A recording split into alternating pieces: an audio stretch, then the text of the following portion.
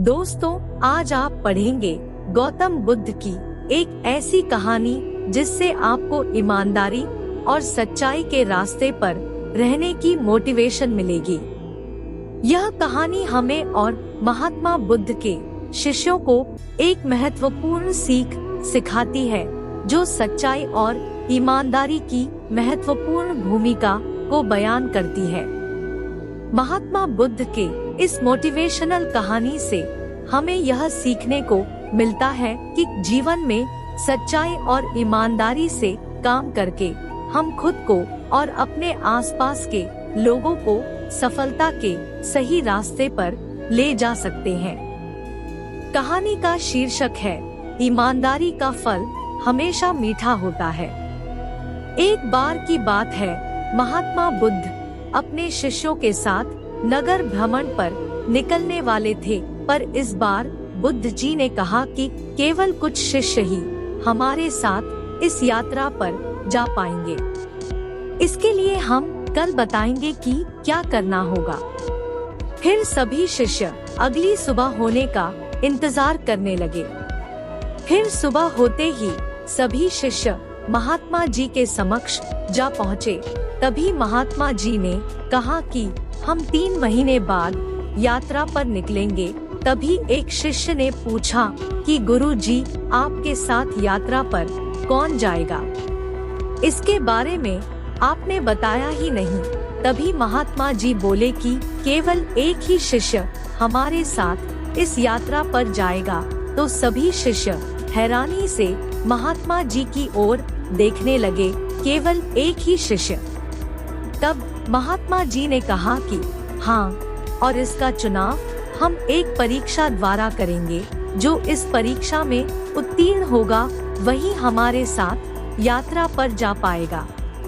तभी सभी शिष्यों को गुरु जी ने एक एक गमला दे दिया और बोले कि जिस भी शिष्य का पौधा सबसे बड़ा होगा वही हमारे साथ इस यात्रा पर जाएगा। तभी सभी शिष्य अपने अपने गमले लेकर अपने अपने कक्ष में चले गए और सब अपनी तरह से अपने अपने गमले के बीजों को सींचने लगे। लगभग 2.5 महीना बीत चुका था।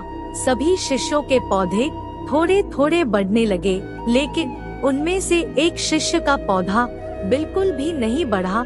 लेकिन फिर भी वह निराश नहीं हुआ और हर रोज की ही भांति अपने गमले के बीज को सींचता रहा, लेकिन कोई भी फर्क नहीं पड़ा।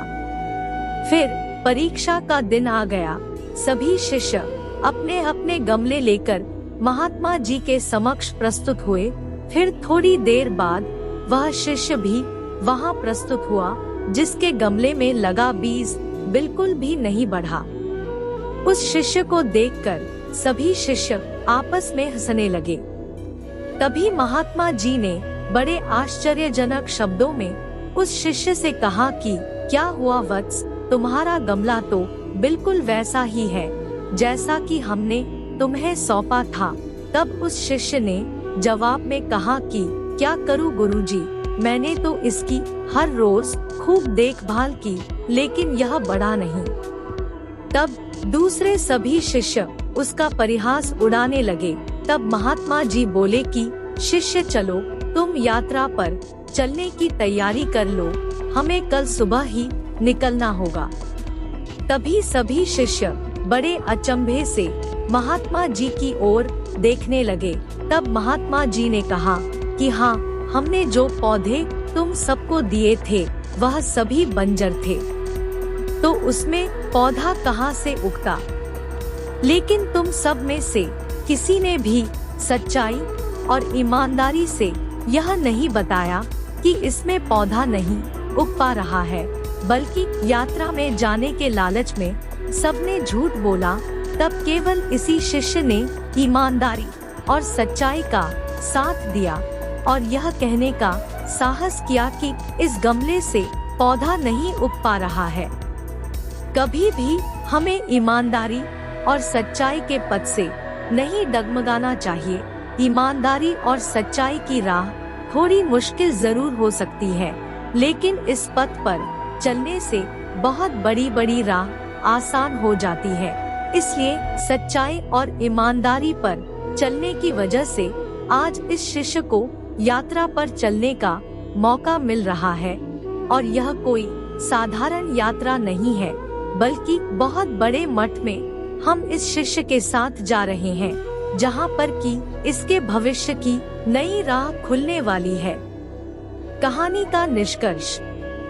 महात्मा बुद्ध के इस मोटिवेशनल कहानी से हमें यह याद दिलाया जा रहा है कि ईमानदारी और सच्चाई का महत्व सबसे ज्यादा है, और यह हमारे जीवन में सफलता पाने के लिए बहुत ही महत्वपूर्ण है। हमें कभी भी सच्चाई और ईमानदारी का रास्ता नहीं छोड़ना चाहिए, चाहे हमारे सामने कितनी भी मुश्किलें क्यों न आए। सच्चाई और ईमानदारी हमारे जीवन को संजीवनी बना सकती है, और यही सफलता का राज है।